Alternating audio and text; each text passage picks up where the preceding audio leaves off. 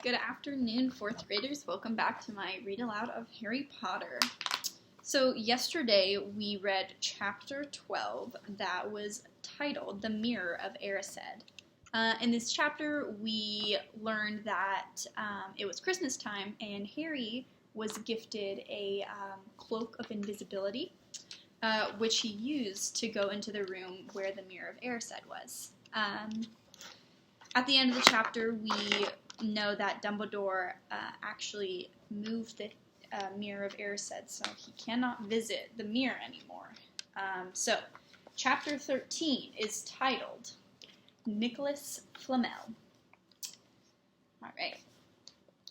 Dumbledore had convinced Harry not to go looking for the Mirror of Erised again, and for the rest of Christmas holiday, the invisibility cloak stayed folded at the bottom of his trunk.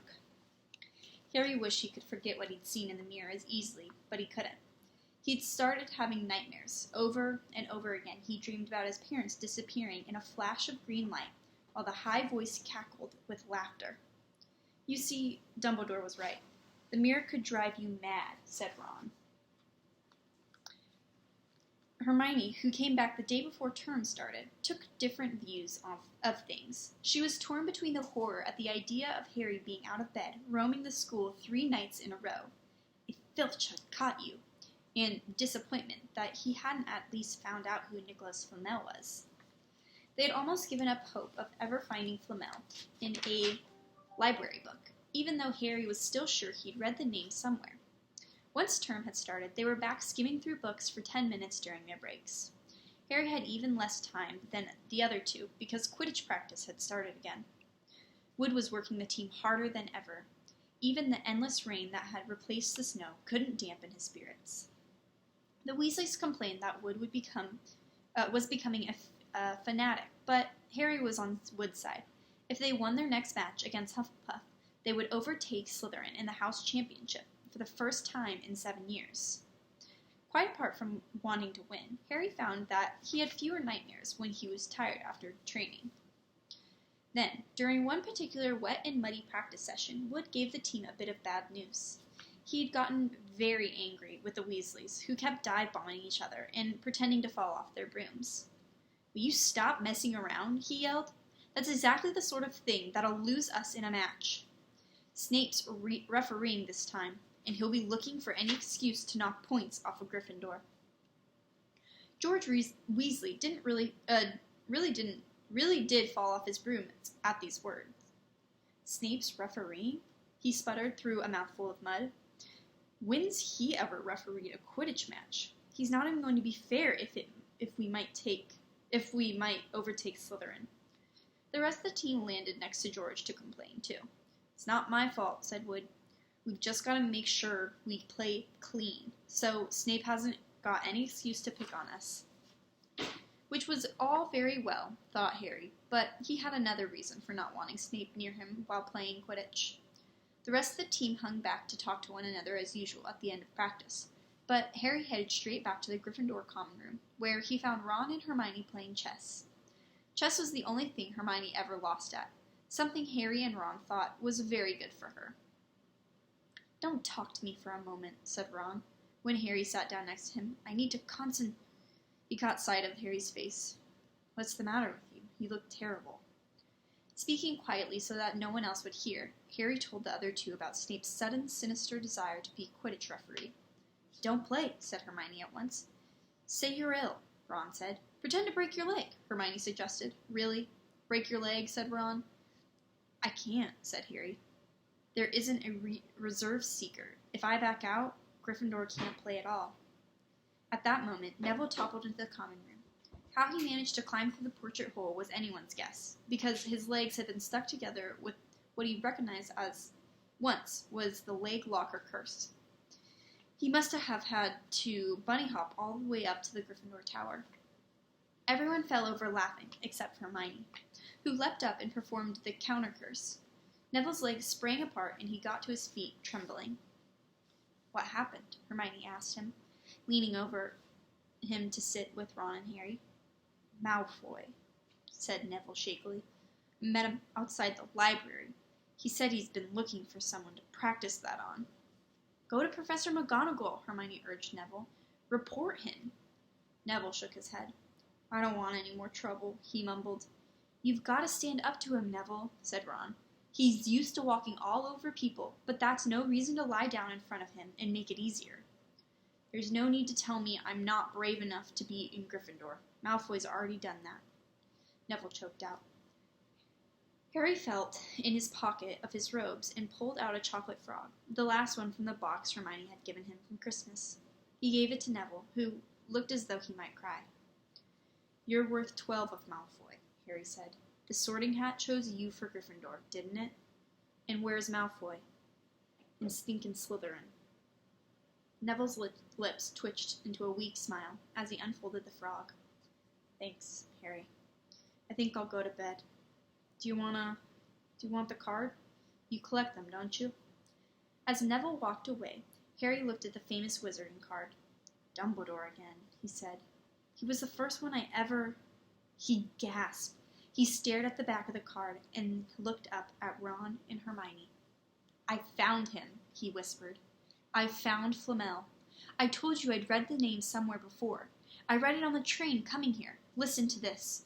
Dumbledore is particularly famous for his defeat of the dark wizard Grindelwald in 1945 and the discovery of the 12 uses of dragon's blood, and his work on alchemy with his partner, Nicholas Flamel.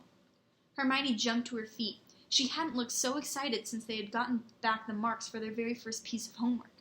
Stay there, she said, and sprinted upstairs to the girls' dormitory. Harry and Ron barely had time to exchange mystified looks before she was dashing back, an enormous old book in her arms.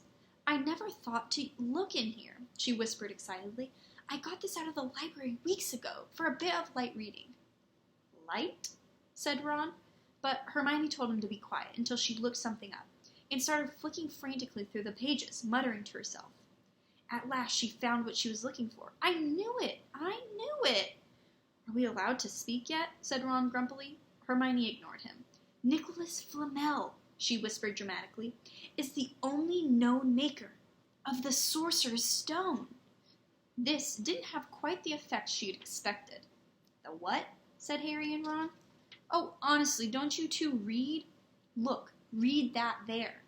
She pushed the book towards them, and Harry and Ron read. The ancient study of alchemy is concerned with making the Sorcerer's Stone, a legendary substance with astonishing powers. The stone will transform any metal into pure gold. It also produces the elixifier of life, which will make the drinker immortal. There have been many reports of the Sorcerer's Stone over the centuries, but only the stone currently in existence belongs to Mr. Nicholas Flamel, the noted alchemist and opera lover.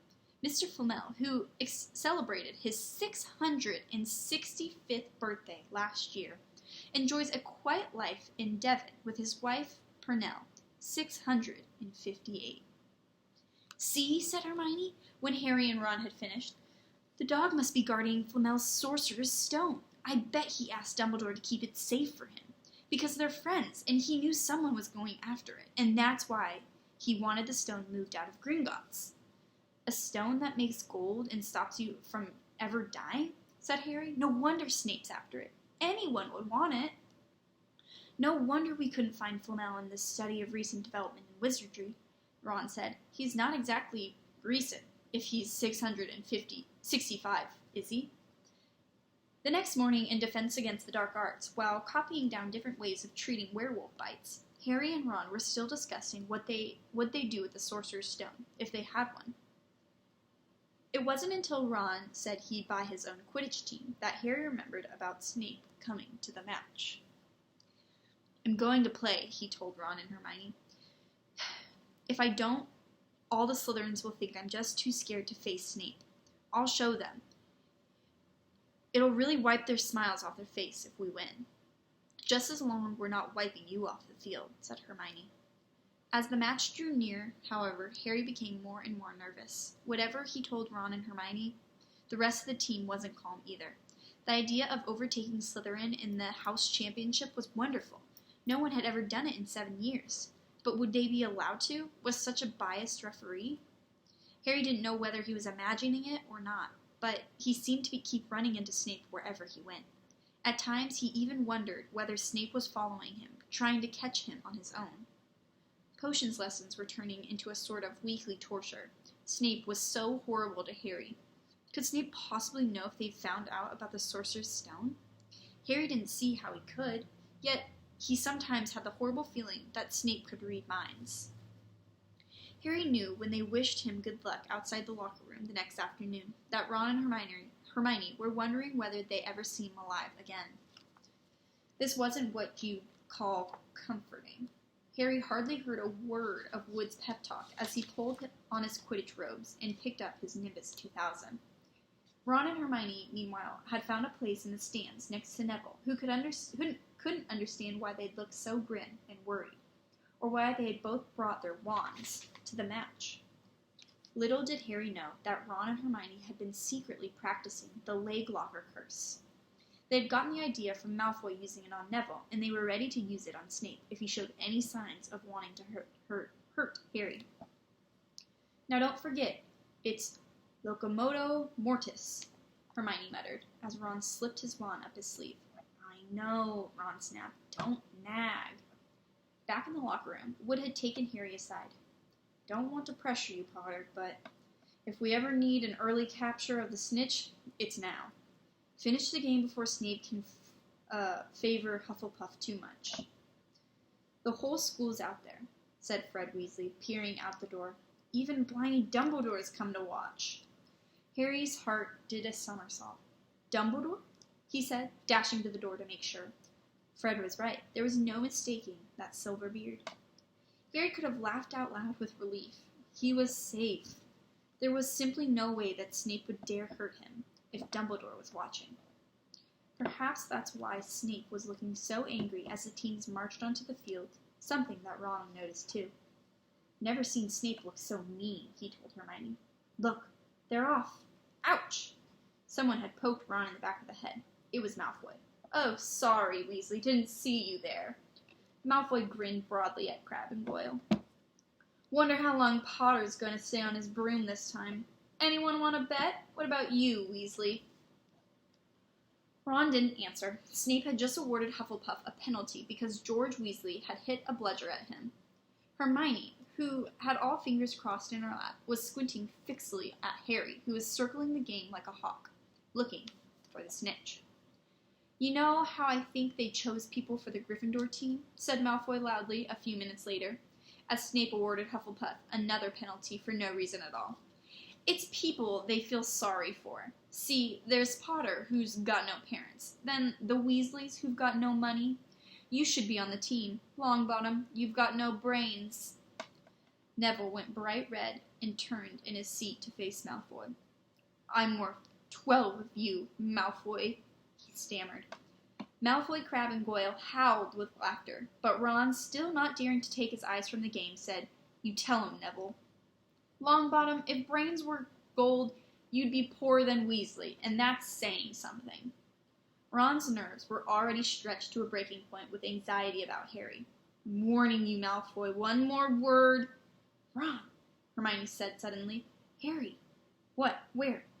Harry had suddenly gone into a spectacular dive, which drew gasps and cheers from the crowd. Hermione stood up and crossed her fingers in her mouth, as Harry streaked towards the ground like a bullet. You're in luck, Weasley. Potter's obviously spotted some money on the ground, said Malfoy. Ron snapped before Malfoy knew what was happening. Ron was on top of him, wrestling him to the ground. Neville hesitated and then clambered over the back of his seat to help. Come on, Harry, Hermione screamed, leaped onto his seat to watch Harry speed straight at Snape. She didn't even notice that Malfoy and Ron were rolling under her seat, or scuffles and yelps coming from the whirl of fists that Neville, Crabbe, and Goyle. Up in the air, Snape turned on his broomstick just in time to see Scarlet shoot past him, missing him by inches. Next second, Harry pulled out of his dive, his arm raised triumphant, the snitch clasped in his hands. The stands erupted. It had to be a record. No one could ever remember the snitch being caught so quickly. Ron, where are you? The game, it's over! Harry's won! We've won! Gryffindor is in the lead! Shrieked Hermione, dancing up and down in her seats, hugging Parvati Patel in the row in front. Harry jumped off his broom, a foot from the ground. He couldn't believe it. He'd done it. The game was over, and it had barely lasted 5 minutes. As Gryffindors came spilling out onto the field, he saw Snape land nearby, white-faced and tight-lipped. Then Harry felt a hand on his shoulder and looked up. Dumbledore, smiling his face. "Well done," said Dumbledore quietly, so that only Harry could hear. "Nice to see you haven't been brooding about that mirror. Been keeping busy. Excellent." Snape spat bitterly on the ground. Harry left the locker room alone some time later to take his Nimbus 2000 back to the broom shed. He couldn't ever remember feeling happier. He had really done something to be proud of now. No one could say he was just a famous name anymore. The evening air had never smelt so sweet. He walked over the damp grass, reliving the last hour in his head, which was a happy blur. Gryffindors running to lift him onto his shoulders, Ron and Hermione in the distance, jumping up and down, Ron cheering through a heavy nosebleed. Harry had reached the shed. He leaned against the wooden door and looked up at Hogwarts. With its windows glowing red in the setting sun, Gryffindor in the lead, he had done it. He'd shown Snape. And speaking of Snape, a hooded figure came swiftly down the front steps of the castle, clearly not wanting to be seen. It walked as fast as possible towards the Forbidden Forest. Harry's victory faded from his mind as he watched. He recognized the figure's prowling walk. Snape sneaking into the forest while everyone else was at dinner. What was going on? Harry jumped back on his Nimbus 2000 and took off. Gliding gently over the castle, he saw Snape enter the forest at a run. He followed. The trees were so thick he couldn't see where Snape had gone. He flew in circles, lower and lower, brushing the top branches of the trees until he heard voices. He glided down towards them and landed noiselessly in the towering breach of trees. He climbed carefully along one of the branches, holding tight to his broomstick, trying to see through the leaves. Below, in a shadowy clearing, stood Snape, but he wasn't alone. Quirrell was there, too. Harry couldn't make out the look on his face, but he was stuttering worse than ever. Harry strained to catch what they were saying. "Don't know why you wanted to meet here, all of places, Severus." "Oh, I thought we were keeping this private," said Snape, his voice icy. "Students aren't supposed to know about the Sorcerer's Stone, after all." Harry leaned forward. Quirrell was mumbling something. Snape interrupted him. "Have you found out how to get past the beast of Hagrid's yet?"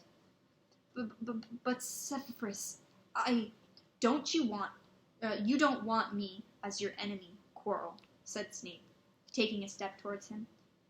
I don't know what you know perfectly well what I mean." An owl hooted loudly, and Harry nearly fell out of the tree. He steadied himself in time to hear Snape say, "Your little bit of hocus-pocus. I'm waiting." "But I don't—" "Very well," Snape cut in. "We'll have another little chat soon, when you've had time to think over and decide where your loyalties lie." He threw his cloak over his head and strode out of the clearing. It was almost dark now, but Harry could see Quirrell standing quite still, as though he was petrified.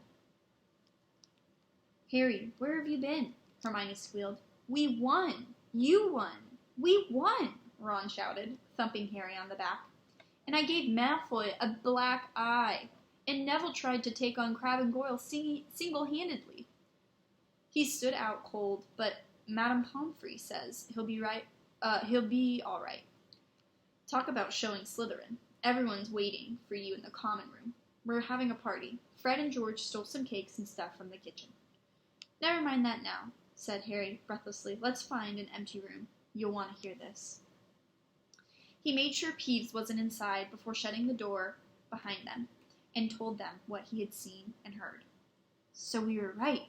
It is the Sorcerer's Stone," and Snape is trying to force Quirrell to help him get it out. He asked if he knew how to get past Fluffy, and he said something about Quirrell's hocus-pocus. I reckon are other things guarding the stone from Fluffy, other than Fluffy. Loads of enchantments, probably, and Quirrell would have done some anti-dark arts spell that Snape needs to break through. So you mean the stone's only safe as long as Quirrell stands up to Snape? Said Hermione in alarm. It'll be gone by next Tuesday, said Ron. And that is the end of chapter 13. I have another quiz on Canvas that you can take about chapter 13. All right, so I will see you tomorrow for chapter 14, which means we have only, I think, 4 more chapters left. I think there are 18 chapters. 17, so 3 more left. All right, bye.